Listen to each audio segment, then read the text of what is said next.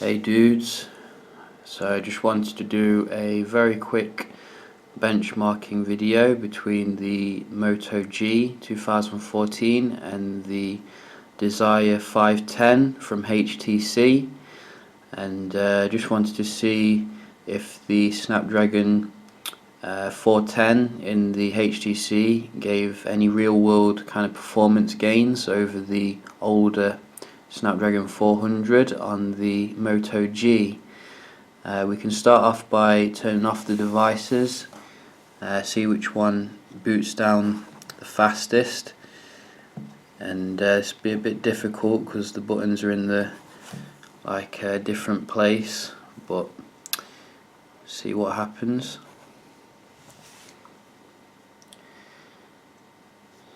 So Desire's gone to sleep. We're still waiting for the Moto. There we go. Right, let's boot them up again, both at the same time roughly.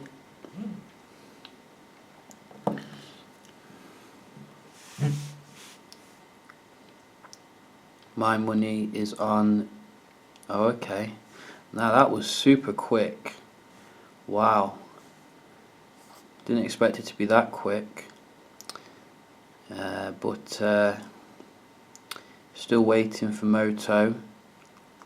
The old Moto, the little phone that could.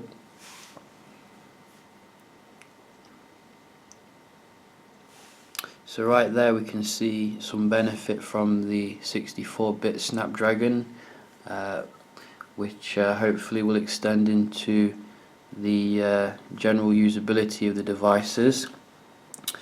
Both of them are generally quite smooth, for saying that they are quite basic in terms of the specs, but we can do a quick app opening test to see which can handle them better. So I'll give that one to the HTC, only just though. Let's get some Amazon. Got two Amazon apps on the Moto. That's a bit weird, but we use the same Amazon shopping.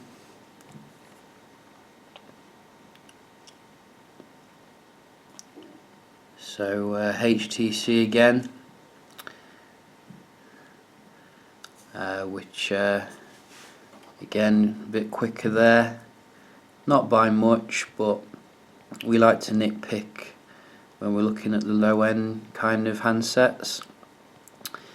What about maps? Both on high accuracy, I've already checked. Again, we're getting in there quicker on the HTC. Very nice performance here from the HTC. Let's try the Street View. Oh, again. Very fast, isn't it? Moto not far behind with the Street View, but both seem to be quite responsive when you're in there.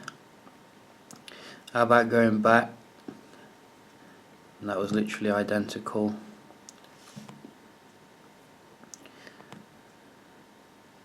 Very impressive. So what about web browsing?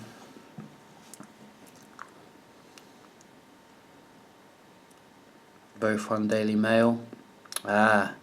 Moto got there a bit quicker then. Only a little bit though. HTC finished its load, I think, a bit quicker. Or is it still loading?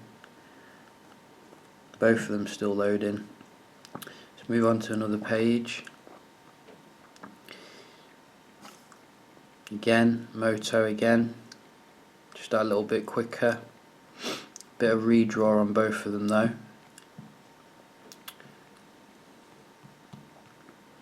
Let's have some Phone Arena. Phone Arena is a very demanding web page. So much going on.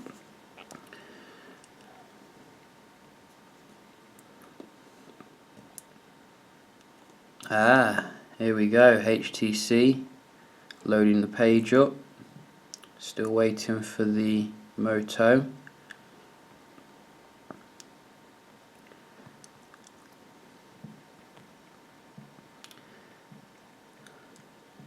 Quite responsive on both of them, pinch to zoom.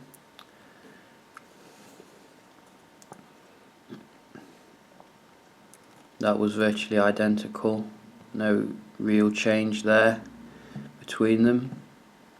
Although the Moto seems to load the bottom components a bit quicker. So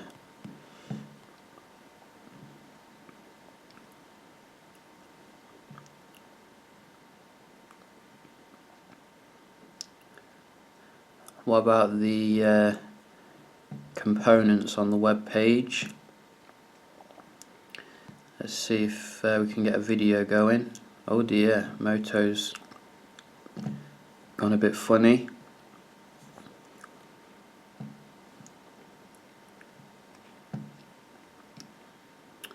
Let's go back.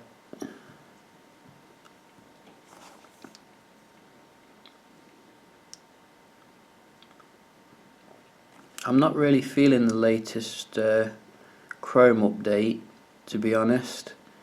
I've had a few crashes on some higher end devices such as the S5. Don't know if anyone else has had that. I think it's a bit dodgy if you ask me. But I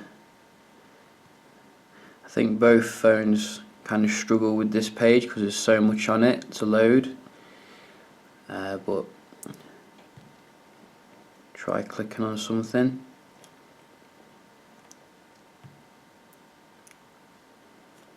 No response from both of them. We'll leave that. Bit of a mixed bag there, but we got some redraw here. Are we getting it back? There we go. So bit of redraw, a lot of redraw on the HTC. What about going into what we got? The camera.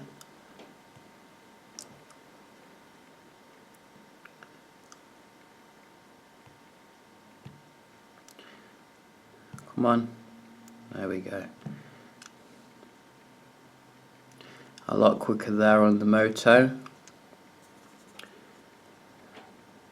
Oh, it's bumped the brightness up on the HTC, which usually means some sort of force close has happened in the background. And there we go, it's gone back to normal now.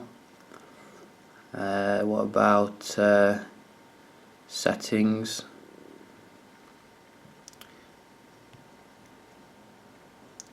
About the same, no difference there.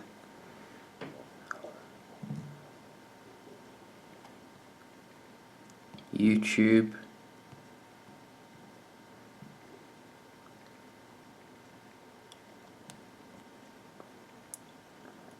Very fast on the HTC. We're still waiting on the Moto. What about, what else we got? I think that's about it really. Oh yeah, and let's not forget Play Store.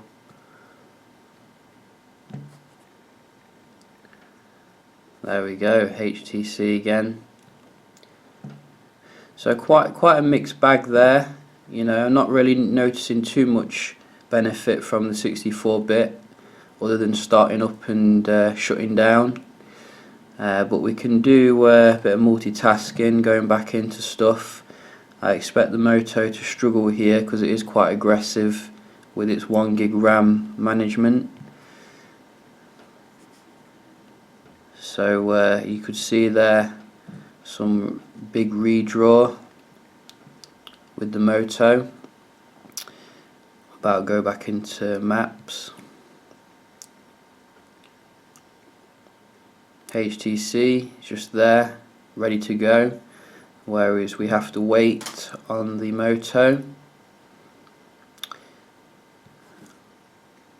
Back to Chrome, bit of redraw on both of them, but we're still back into it, ready with the HTC quicker. So back to the camera, about the same. Oh, it's flipped everything around. Back to Amazon. Again, redraw, no redraw on the HTC, but it did reload some of the content. Back to YouTube. Again, redraw. So I think HTC does manage the multitasking better.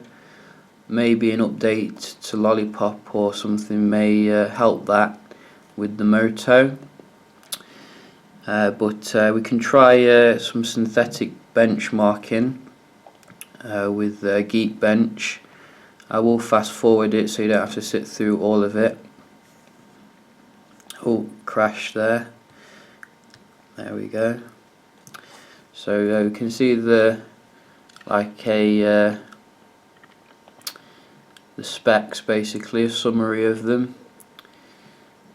So a little bit, 2 generations behind on the HTC versus 1 generation behind on the Moto. It does have more usable memory though, as you can see. So let's get it running. So we're coming up to about the end on both of them. We can see that the HTC is powering its way through at 69%, 70% versus 65%, so I expect the HTC to finish first.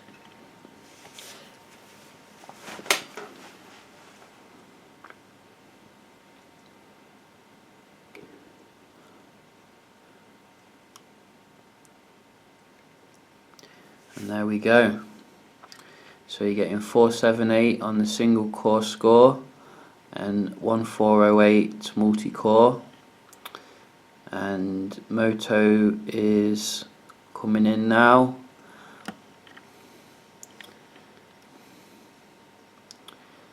with 341 and 1135. So looks like that is giving some performance gains based upon this score. But as we know, processor speed, etc., is not everything. You can check out the GPS performance on both of them. Both of them are set to high accuracy, so can start that now. Straight away we can see a lot more life on the Moto. Can't get a fix yet. Oh, there we go. Getting some life now on the HTC. It's not very accurate though.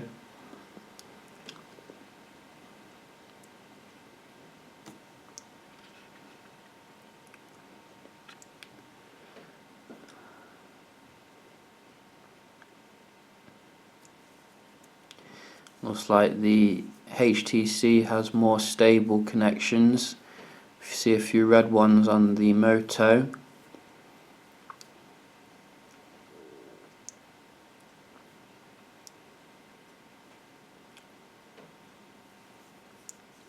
And it can also see more on the HTC and is using more.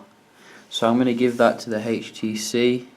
It starts up a bit slower, but seems to be doing it quite well when it gets into it. Good for your orienteering. And speed test, both connected to my PlusNet.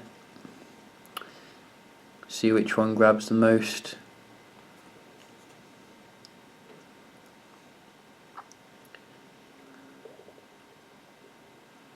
Moto's bullying most of the data, but now HTC has gone ahead.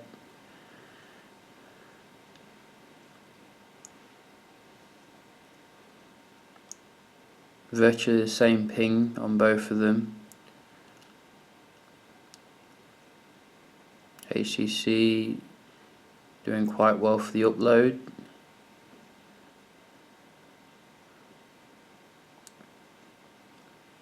So it looks like HTC is taking it for the download and the upload.